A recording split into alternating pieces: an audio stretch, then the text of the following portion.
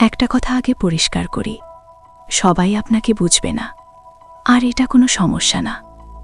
আপনি ভালো কিছু করলে কেউ সন্দেহ করবে, চুপ থাকলে কেউ আপনাকে দুর্বল ভাববে, সফল হলে কেউ বলবে ভাগ্য। এটাই বাস্তব। কারণ মানুষ আপনাকে দেখে না, তারা দেখে নিজেদের ভয়, নিজেদের সীমাবদ্ধতা। সবাই আপনার যাত্রা জানে না, সবাই আপনার লড়াই বোঝে না, আর সবাই বোঝার দায়িত্বও রাখে না। তাই প্রত্যেক ব্যাখ্যা দেওয়ার দরকার নেই, প্রত্যেক সমালোচনার জবাব দেওয়ার দরকার নেই। যারা আপনাকে সত্যি বুঝবে তারা প্রশ্ন করবে না, তারা পাশে থাকবে। আর যারা বুঝবে না তারা থাকলেও না থাকার মতোই।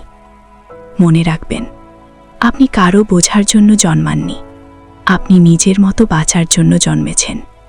চুপচাপ নিজের পথে হাঁটুন, সময়ই একদিন সবচেয়ে ভালো ব্যাখ্যা দেবে।